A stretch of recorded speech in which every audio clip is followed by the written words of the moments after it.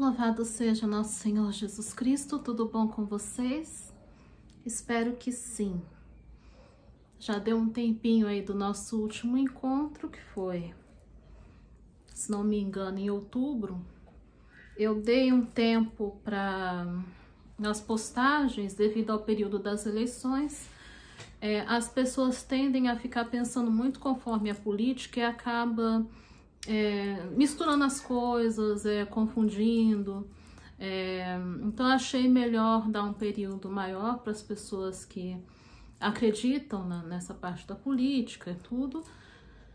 Dei mais um tempo para aqueles que ainda querem fazer manifestações, não sei o quê, porque o brasileiro tem muita dificuldade de separar as coisas. Por isso que achei melhor fazer um intervalo. Bom, então nós estamos relembrando os vídeos passados. Se tratava apenas da purificação sensitiva, tá? Que é a purificação dos principiantes, que vem da fase do principiante para o adiantado. Agora ele vai tratar do adiantado até os maduros, vamos dizer assim, os adultos da vida espiritual. Essa seria a intenção geral do autor. Porém, ele não concluiu o livro, então ficou ali dos adiantados, mas não chegou a ter aquele desfecho para a gente entender melhor. Então, agora começamos o segundo livro, né? Então, como vocês lembram, o livro Noite Escura está dividido em 2 tomos, em 2 livros. Agora ele vai tratar da purificação espiritual. Antes era purificação sensitiva. Agora vai passar a ser purificação espiritual. São 2 purificações até a plena união com Deus. Segundo a teologia e segundo a doutrina de São João da Cruz. Há também outras doutrinas, por exemplo, em que há sim purificação, geralmente a pedido da alma, também pós-matrimônio espiritual, né? Mas aqui não é o que entra na espiritualidade de São João da Cruz, tá? Mas pode haver em outras espiritualidades. Bom, então o que vai acontecer agora nessa parte do livro? Nós temos aumento de todo tipo de tensão mística, né? Tanto como para a parte da luz, como para a parte das trevas, começa a ficar denso, né? Do estado, então, do principiante até o adiantado, costuma-se passar alguns anos, né? Levando em conta que geralmente o principiante, né, no tempo de São João da Cruz principalmente, principiantes, se levava em conta pessoas também mais jovens, tá? Que seria ali na metade da adolescência até ali os seus 25 anos, mais ou menos, né? Seriam pessoas mais jovens, né? E antigamente se entrava também na vida religiosa muito cedo, lembrando que ele tem o público-alvo muito voltado para os religiosos, né?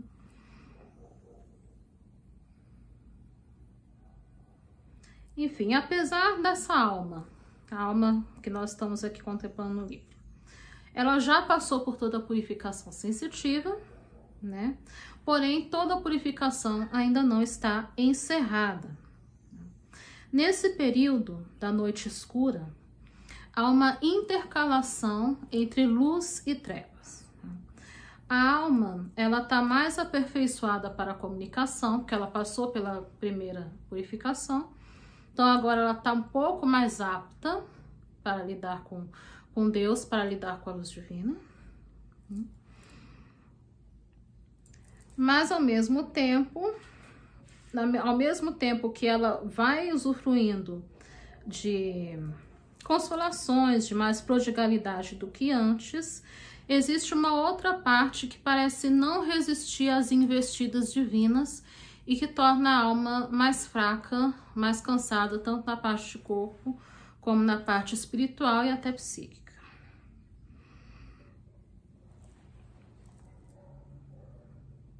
Nessa fase seria correspondente à fase do noivado espiritual, mais ou menos correspondendo na versão teresiana às sextas moradas. Tá? Estaria mais correspondente a essas moradas, que é onde começam êxtases,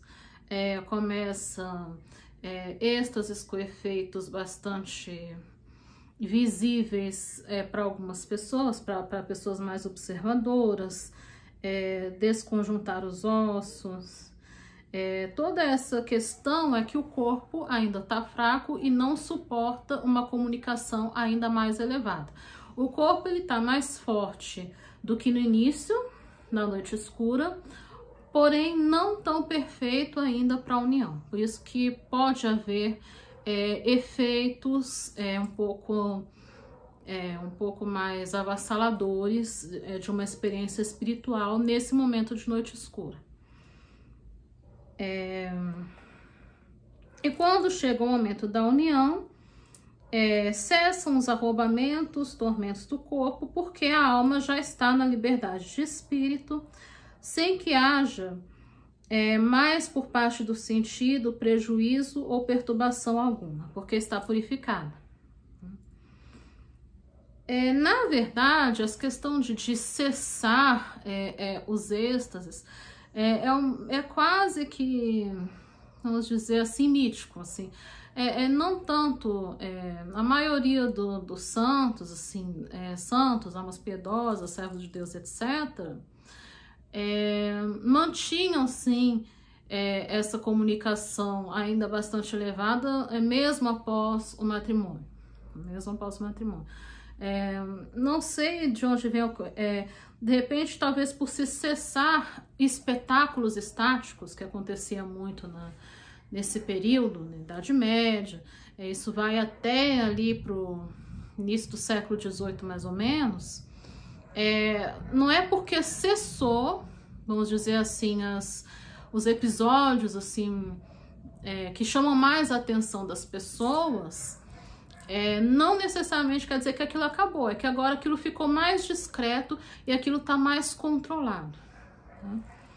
Mas não é fato de que isso cessa, não cessa. Bom, agora ele fala das imperfeições. Como é que está a alma nesse estado, no sentido de virtude? Bom, então ela tem as imperfeições de hábitos, né? Ela ainda se atrasa, ela se justifica, tem um certo desleixo nas atividades cotidianas, e geralmente essas pequenas imperfeições, vamos dizer assim, ela acompanha praticamente até o fim da vida. O que pode mudar, talvez, é que após a união a pessoa está menos predisposta a cometer faltas deliberadas, tá? Por isso não quer dizer que entendeu, virou imaculado, virou um santo, não. Ainda, isso aí vai ser até o fim da vida, o combate com as imperfeições. Uma outra coisa que é muito, assim, agora não tá tendo muito, tá? Essa questão de... eu não sei uma palavra justa para isso, mas seria uma espécie de um comportamento um pouquinho histérico, no sentido de você querer mostrar que se passa algo entre você e Deus e você quer mostrar isso para o externo, para que outras pessoas percebam. Isso é muito comum. Santa Maria Madalena de Pazzi tinha bastante, por exemplo, ela dizia ter abrasamentos, né? E justamente por sentir esses abrasamentos, ela achava que isso que lhe dava o direito de ficar gritando no convento de madrugada, subindo na torre do sino e ficar gritando para o mundo inteiro, amar a Deus. Mas por que você faz isso? Porque eu estou sentindo a Deus. E todo mundo tem que ter paciência, aquela coisa. Isso tinha bastante, tá? Nos tempos antigos. Tá? E os superiores pareciam ter toda a paciência do mundo, né, com isso aí. Santa Gemma Galgani também tinha muito. Ouvi uma blasfêmia, vou desmaiar, desmaiava. Não sei o que, desmaiava. e é com esse fundo de que é por ser espiritual. Então, o que acontece quando a pessoa desmaia, né? Ela tá ali inconsciente, todo mundo vai ter que carregar, todos têm que se ocupar dela, não sei o que. Então, essa coisa de querer chamar muito a atenção para esse sentido, com o pretexto espiritual. Então, desmaios excessivos, histerias, gritos, episódios estáticos, êxtases públicos. Isso se tinha muito entre os místicos ali da Idade Média e quase que chega ali, quase até o início do século XX. Hoje eu acredito que a gente está numa fase um pouco mais discreta, mesmo nos conventos de vida contemplativa, vocês não vão ver muito episódio, a gente querendo chamar atenção nesse sentido, tá? Mas naquele tempo isso era visto como algo bonito, interessante, não sei o que, mas se a gente for olhar com os olhos de hoje, nem tanto, né? Pode ser até um pouco de sentido de histeria mesmo, né? Mas se tinha. Então é uma coisa, eu tenho que mostrar que algo a mais acontece entre mim e Deus, e para isso chama a atenção nesse sentido também, tá? Isso é uma imperfeição que São João da Cruz qualifica aqui como a imperfeição das almas mais adiantadas, tá? Isso também pode acontecer muito com os mais jovens, talvez. Agora São João da Cruz começa a fazer uma construção do texto muito interessante, porque ele usa exatamente o mesmo poema para tratar tanto do livro 1 como do livro 2. Então, achei isso bastante interessante. E deixa o texto com uma característica bastante original e criativa, vamos dizer assim. Então, ele vai voltar para os primeiros versos para falar da noite espiritual. Então, isso aí é muito, muito interessante, a característica desse livro. Colocando alguns versos em destaque, saí sem ser notada, estando já minha casa sossegada. Sair sem ser notada, a alma sai da zona de conforto para algo mais. Não é suficiente a comunicação atual. Eu quero mais, quero algo a mais. Então ela sai interiormente. O trabalho de Deus na alma é a contemplação infusa, ensinando e instruindo a alma, purificando e iluminando. São João da Cruz vai discorrer até o fim do livro, praticamente, sobre essa contemplação infusa. Ele vai e volta, né? Parece que ele encerrou o assunto, mas mais para frente ele vai explorar ainda mais tudo a respeito dessa contemplação infusa. Eu, na minha opinião, não acho o nome contemplação um nome muito feliz para esse fenômeno. Porque contemplação dá a entender que a alma vê alguma coisa. E nessa contemplação infusa, ela tá vendo sem ver. É uma coisa meio assim. Ela sente sem sentir. É um pouco difícil de entender a questão da contemplação infusa. Aquilo é infundido diretamente na alma sem que ela saiba. Então, não sei se por causa disso se deu a chamar contemplação. Mas foi o nome que ele deu, vamos dizer assim. Então, aqui ele explica um pouco. A grande luz de Deus sobrenatural dessa contemplação vence a força natural da inteligência. Por isso que quando ela está sendo instruída diretamente por Deus através dessa contemplação infusa, ela não consegue necessariamente entender o que isso está acontecendo, e ela não consegue entender como que aquela sabedoria, aquelas luzes, aquelas ideias e tudo chega até ela. Aquilo apenas está, entendeu? Você tá ali de um jeito, de repente você se dá conta de alguma coisa. Aquilo está, mas ela não sentiu nada e não percebeu nada, não teve nenhum momento exclusivo para isso, tá? Seria nesse sentido. Ele não passa pelos sentidos sensoriais. Agora os sintomas de que a alma está na noite escura espiritual. Tá? Sentimento de grande indignidade. sofre a alma por causa da sua fraqueza natural, moral e espiritual. Essa contemplação infusa também Deus vai permitindo que a alma vai conhecendo-se a si mesma, vai conhecendo a sua própria miséria. Algo que me chama a atenção, por exemplo, Santo Curadas. Santo Curadas era uma alma de grande pureza. E ele mesmo disse que só conheceu o pecado no confessionário, já padre. E quando ele passou por esses momentos em que Deus mostrava a miséria dele, né, ele ficou bastante perturbado.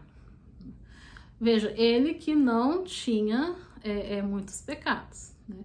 Agora, imagina a alma normal, uma alma que não... Ainda mais a alma contemporânea, né, que nós contemporâneos passamos por muito mais... vamos dizer, se lambuzou muito mais no pecado que uma alma medieval, no meu ponto de vista, porque hoje tem televisão, hoje tem internet, hoje tem não sei o quê. Você tem muitos canais que facilitam o pecado do que antigamente.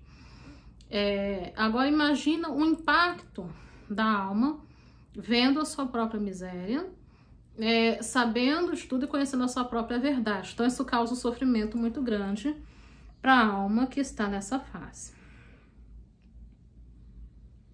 A ação do divino tem a intenção de despojar-se da pessoa velha para a pessoa nova.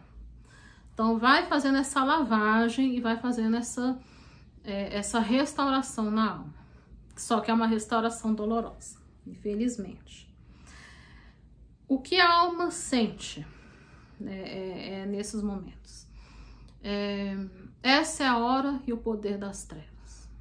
Abandono total. Meu Deus, por que me abandonaste? Não vejo saída, não vejo, não tenho consolação alguma nesse momento. É o que a alma sente nesse momento de investida. Tudo está perdido, não há nada a ser feito. É essa sensação de imensa desolação.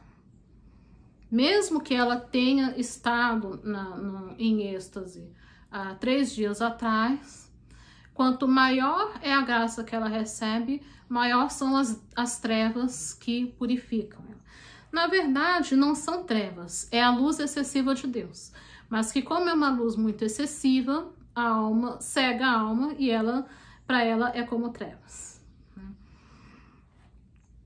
Esvaziamento, pobreza interior, sensação de falta de recursos interiores.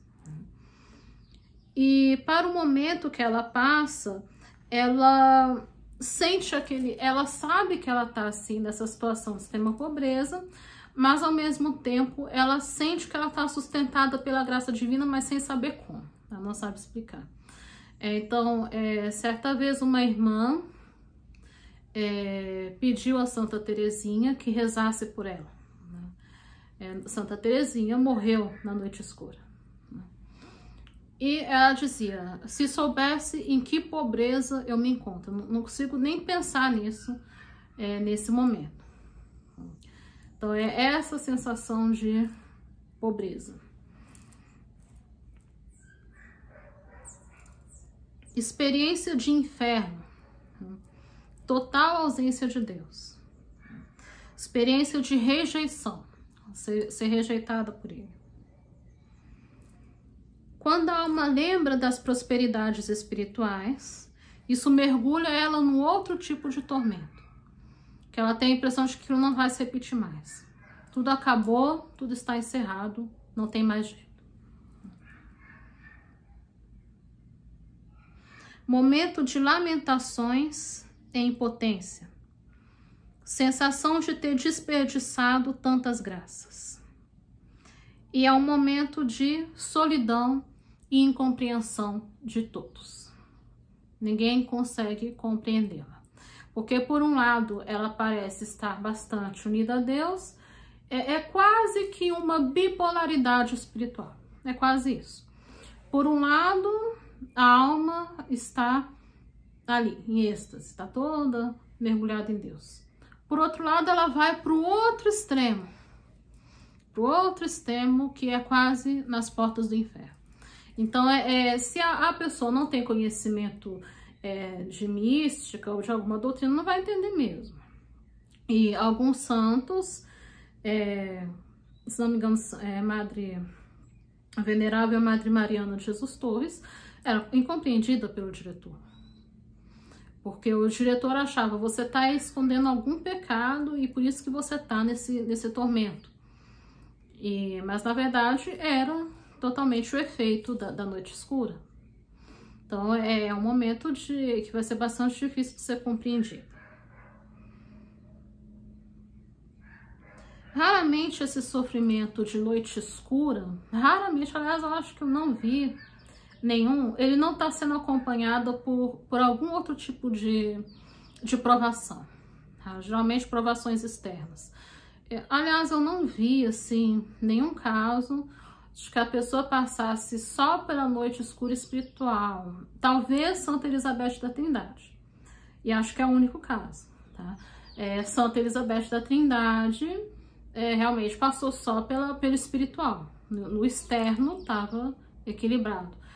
Mas 90% dos casos, além da pessoa estar passando pela noite escura, ela está passando por alguma perseguição, ela está passando por doença, no caso de Santa Catarina de Risse, ela pode estar passando por perseguições na comunidade, no caso da Madre Mariana, passando por fase de muitos trabalhos, fundações, aquele momento que você não tem um tempo para você, no caso de Santa Teresa d'Ávila, no auge da sua atividade como fundadora.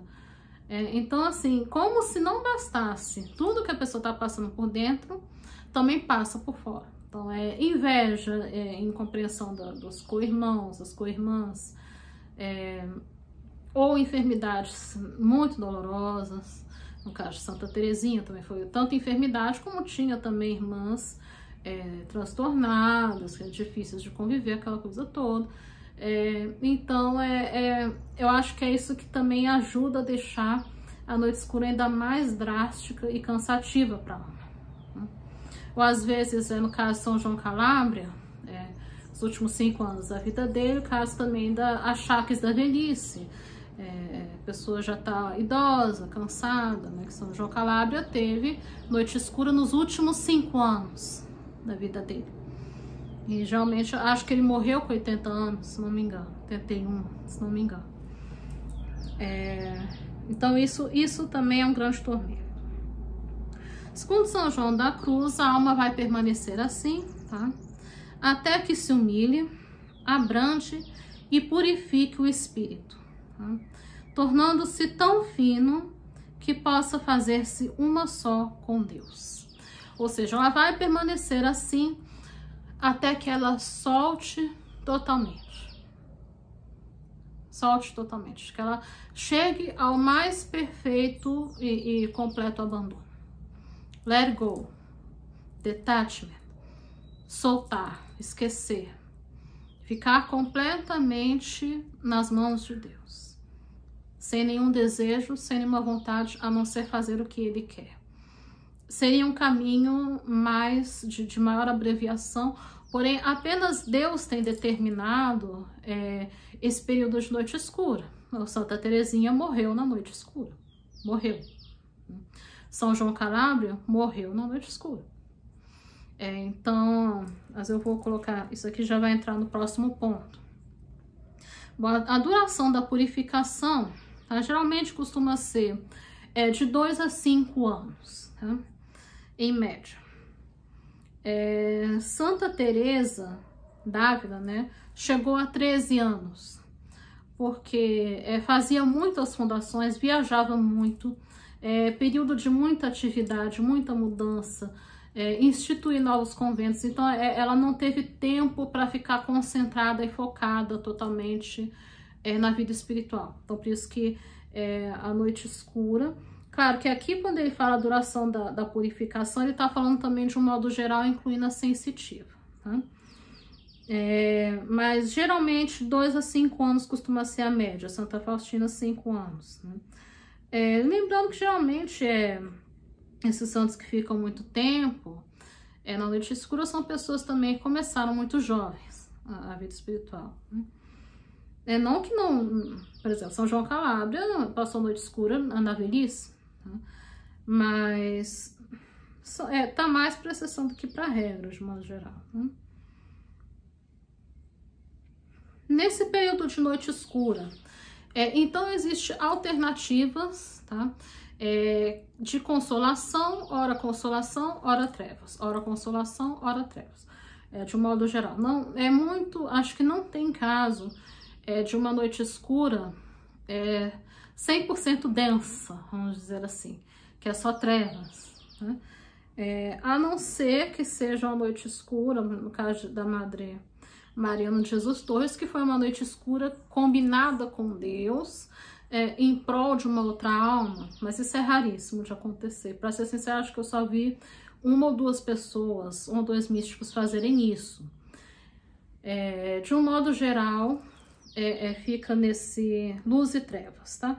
E essa dinâmica de luz e trevas, exaltação e humilhação, São João da Cruz vai usando até o fim do livro.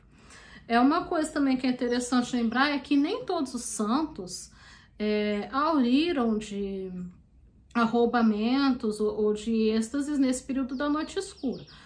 Santa Teresinha e São João Calabria é um exemplo, né? O que eles tinham então que podia intercalar, se eles estavam sempre em secura? Então o que existia era tipo momentos de serenidade. Então passava aquele momento de treva, aquele momento denso, e depois a alma ficava em paz e sentia que não, tudo vai dar certo, tudo caminha para Deus, né? Mas depois voltava de novo. Mas nem todos tinham êxtases e contemplações extremamente intensas, apesar de que é o caso de uma boa parte, o dia da metade, né? Bom, outro sintoma. A alma não consegue levantar o afeto a Deus, não consegue rezar. Parece que o Senhor pôs uma nuvem diante dela a fim de não chegar a ele a sua oração. Quando reza, é sem gosto e sem força. Essa questão também reza, né? Principalmente um monge. Rezar, ele reza, ele tá ali no coro rezando, né? Mas ao mesmo tempo ele não tá ali inteiro, tá? Ele tá em sofrimento espiritual, porque tudo que remete ao espiritual vai lhe trazer tormento. Então essa questão também tá muito claro na biografia de Santa Teresinha. A maioria das coisas de Santa Teresinha que eu falo tá nos últimos colóquios, Conselhos e Lembranças. Mas nas obras completas acho que é Últimos Colóquios, tá? Mas se for comprar o livro separado, acho que não tá mais à venda, Conselhos e Lembranças, que são quando as irmãs escreviam o que ela falava, achava que o edificante escrevia.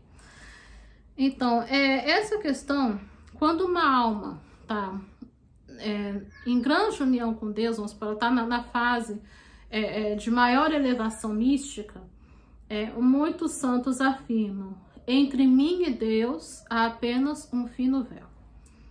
Entre mim e Deus só há um fino véu.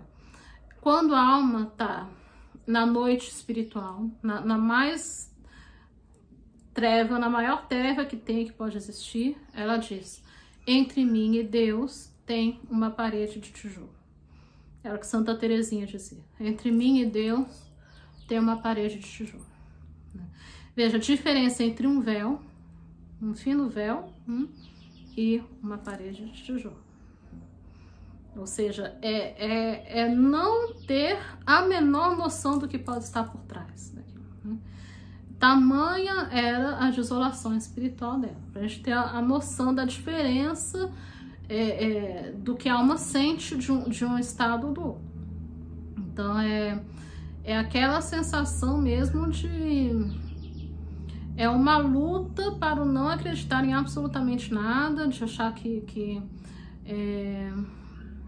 por trás de tudo há um nada e que não faz sentido. Então isso é muito da noite escura, tá? Desse período, da noite espiritual principalmente. Ele coloca aqui que a alma tem muitos alinhamentos, esquecimentos de memória. Há duas explicações, tá? Um deles pode ser a alma, ela tá muito presa nesse estado, muito preocupada, muito ansiosa, e por isso ela acaba esquecendo das suas obrigações cotidianas, não esquecendo totalmente, mas fica algo imperfeito, esquece, falta alguma coisa. Uma outra coisa pode ser também, que eu acho que é uma explicação mais interessante, é que a alma pode estar passando por um processo de purificação da memória. Então, a luz divina está purificando todas as memórias antigas, televisão, filme, revista, não sei o que. Então, tudo isso está sendo purificado na luz divina, está sendo trabalhado na luz divina. E por isso a alma tem esses lapsos, né? E não consegue entender, esquece, ela pode estar um tempo desligada disso. Então, a luz da contemplação é que vai fazer você queimar tudo quanto é porcaria que você viu, tudo quanto é coisa que aconteceu, lembranças dolorosas. Então, tudo isso está sendo limpado na cruz divina, na luz divina.